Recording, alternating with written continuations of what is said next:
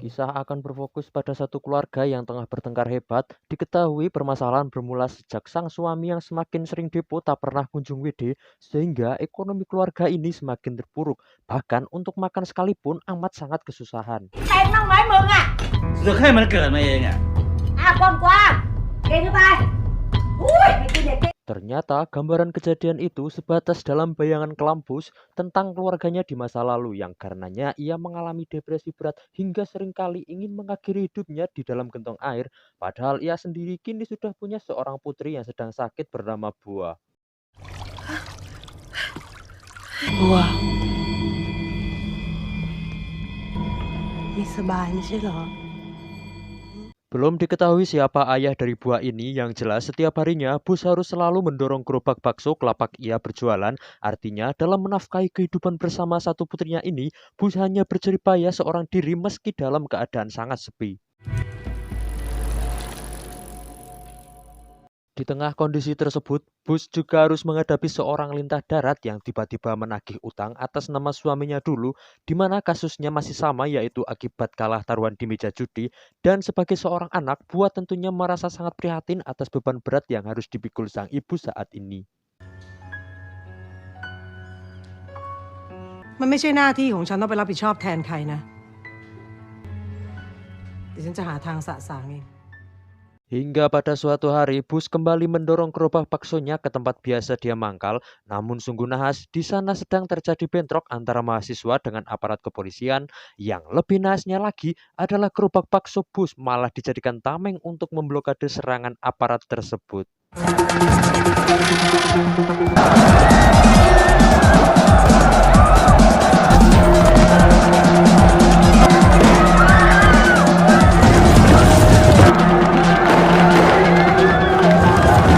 Beruntung Bus sempat diamankan oleh seorang mahasiswa bernama Topan. Ini orangnya yang dilihat-lihat dari tatapannya tersirat sebuah makna mendalam terhadap ibu muda cantik beranak satu ini.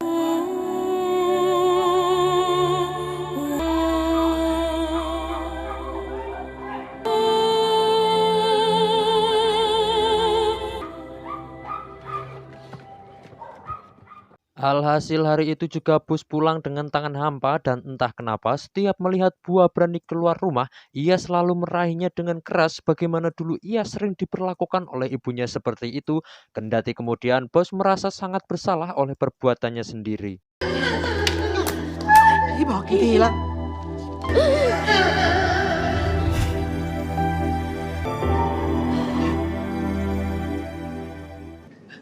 หนูอย่าโกรธพี่นะ Berjalan dengan itu, Bus dikejutkan oleh bekas tetes darah dari dalam gerobaknya dan ternyata ya, terdapat mayat seorang mahasiswa di sana yang tanpa ragu lagi Bus langsung membasuhnya untuk kemudian digiling dijadikan bahan baku pembuatan bakso.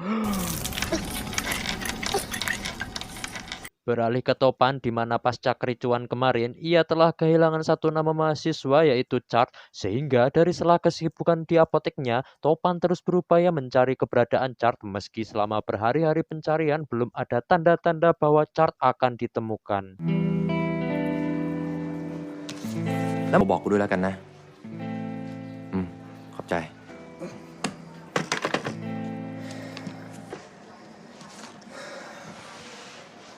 Sementara itu di rumah Bus telah datang seorang pria yang sedang mencari pacarnya bernama Awi. Setelah dihidangkan semangkuk bakso plus usus 12 jari, lantas Bus dengan tegasnya menyuruh agar pria tersebut pergi karena gadis yang ia cari telah dibawa kabur selingkuhannya yang ternyata suami Bus sendiri.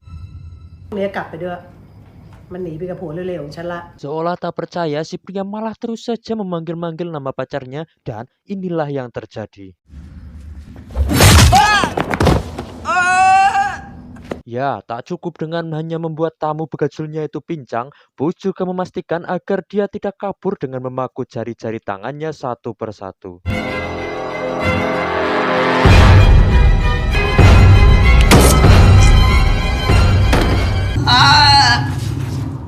Saat Saat makan malam berdua dengan Buah, di situ Bus kepikiran untuk membuka kedai bakso di rumahnya, di mana tentu saja karena sekarang ia punya stok bahan baku yang cukup untuk kemudian menerapkan resep bakso yang diwariskan turun-temurun dari ibunya, yaitu serba menggunakan bahan dari darah dan daging manusia. พี่อ่ะกะจะกลับมาเปิดร้านที่บ้านนะหึ Dan benar saja, sejak esoknya kedai itu resmi dibuka dan banyak sekali pengunjung yang berdatangan. Mereka mengaku kalau racikan baksonya Bus sangat mantap serta bikin nagih di lidah. Berbeda dengan bakso tikus di kios sebelah yang tanpa mereka sadari ternyata yang telah mereka santap di sini adalah daging car si mahasiswa Malang tersebut.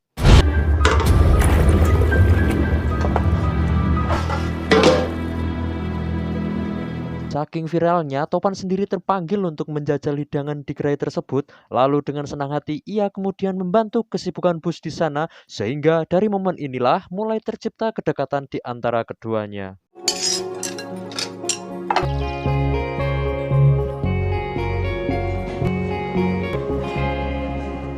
Di sisi lain, ramainya nama Bus diperbincangkan telah jadi kesempatan emas buat lintah darat yang satu ini untuk menagih piutangnya. Namun dalam sekejap ia terdiam sesaat ketika mencium aroma bakso yang sengaja Bus sajikan dan kemudian mereka pun menyantap bakso manusia tersebut.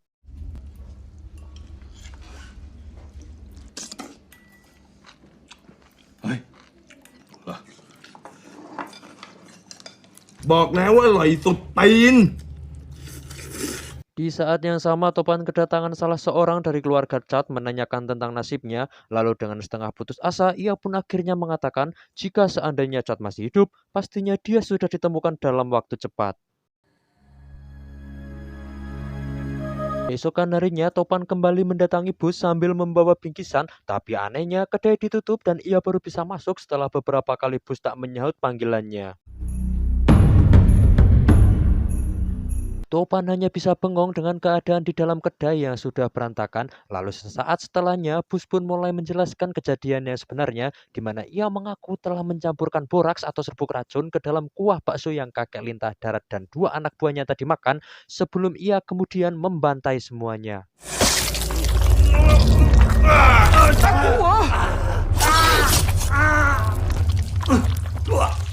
Dengan cekatan, Bus langsung membersihkan cacaran darah di lantai hingga tak ada bekas sama sekali. Dan satu hal yang paling penting, ia juga telah menjadikan daging ketiga orang ini sebagai stok tambahan bahan baksonya untuk beberapa bulan ke depan. ต่อไป ผมจะคอยปกป้องคุณเอง Tapi entah mungkin karena Topan sudah terlanjur terpikat oleh pesona Bus yang memang sangat menawan, sehingga bisa-bisanya ia mendadak buta dengan memilih untuk melindunginya, padahal apa yang baru saja Bus lakukan jelas-jelas adalah sebuah kejahatan. Di sisi lain, secara jiwa kewanitaan Bus juga sejatinya tengah rapuh setelah lama terkubur dalam kesepian. Jadi tak ada alasan baginya untuk tidak mempercayai Topan, apalagi mengingat suaminya yang justru malah pergi meninggalkannya dan akhirnya mereka pun melakukan emprut bersama. Usai hal yang sangat diinginkan baru saja terjadi, Topan mulai merasa aneh dengan beberapa obat penurun panas anak yang bahkan belum lama ini Bus membeli obat itu dari apoteknya, sedangkan Topan sendiri merasa bahwa di dalam kedai tersebut tidak ada siapa-siapa kecuali Bus saja seorang. Tiba-tiba terdengar bunyi sesuatu dari belakang rumah yang karena penasaran, Topan kemudian memeriksanya ke sana dan secara mengejutkan ia menemukan gentong air yang di dalamnya terdapat bangkai gadis kecil yang tak lain adalah mayat Buah. Ternyata perwujudan Buah selama ini hanyalah halusinasi semata Bus yang mentalnya sudah benar-benar hancur akibat masalah sebelumnya, ditambah pula dengan kehilangan buah hati yang mati secara tak wajar. Apalagi pelakunya ternyata adalah mantan suami dan selingkuhannya tersebut. Maka tak heran jika pada akhirnya Topan merasa semakin iba, walaupun di balik itu semua Bus telah banyak memakan korban juga, namun di sini Topan tetap bersedia untuk menjadi pelindung sekalipun harus berurusan dengan pihak berwajib.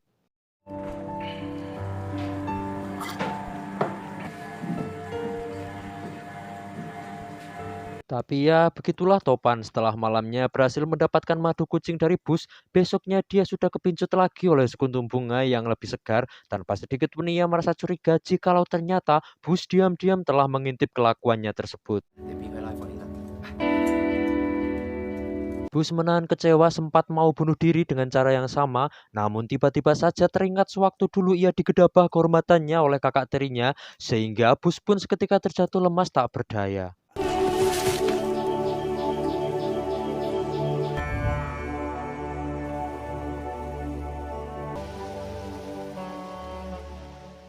Hingga ketika Topan mengetahui jika Bunga telah diajak Bus main ke kedainya, spontan ia pun segera pergi menyusul, takutnya Bus memperlakukan Bunga seperti yang dia lakukan terhadap para korbannya. Dan benar saja, Bus telah memasukkan Bunga ke dalam kotak air perendam dalam keadaan hidup-hidup.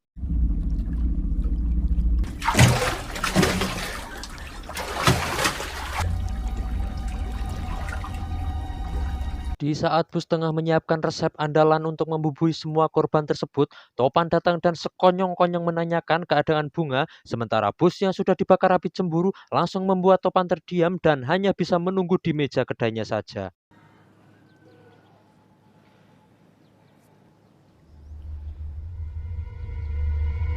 Kembali ke Bunga yang setelah bersusah payah akhirnya bisa keluar dari kotak peredaman tadi, bahkan ia sudah menaiki tangga keluar dan hampir saja berhasil meninggalkan ruang bawah tanahnya. Namun tiba-tiba, ya, sebilah pisau menyabet urat kaki Bunga sehingga dengan mudahnya Bus membawa dia kembali ke dalam sana.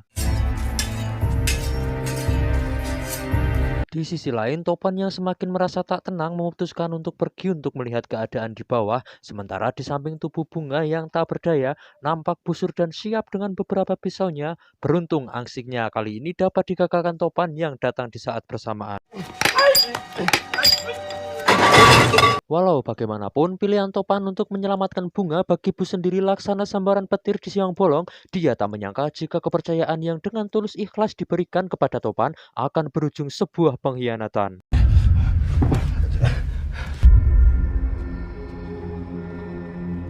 Alhasil, Bus memutuskan untuk pergi meninggalkan rumah sejauh-jauhnya sambil membawa keretakan hati yang tak terkira. Dia berjalan tanpa arah tujuan sama sekali, bahkan dengan terluka batin yang bertubi-tubi. Ia tak tahu meski harus bagaimana lagi sekarang.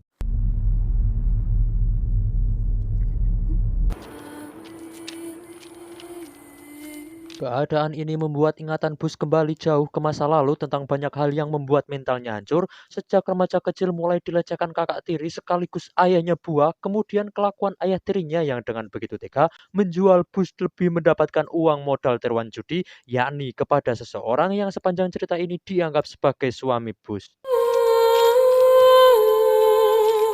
Selain itu juga, Bus juga telah menjadi saksi hidup atas kelakuan sang ibu di mana dengan sadisnya menghukum dua pecandu judi di dalam rumahnya, yaitu kakak dan ayah tiri Bus. Setelah mati diracun, keduanya telah pun lantas dijadikan bahan pembuatan bakso yang konon hal itu sudah dilakukan sejak lama dan secara turun-temurun.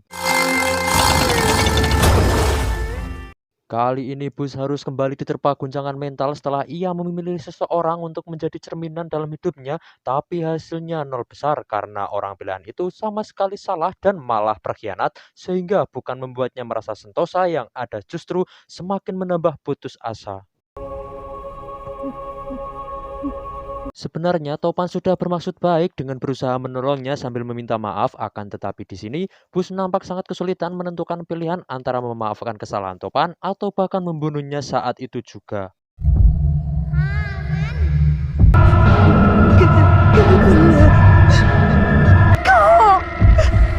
บ้านกันเถอะ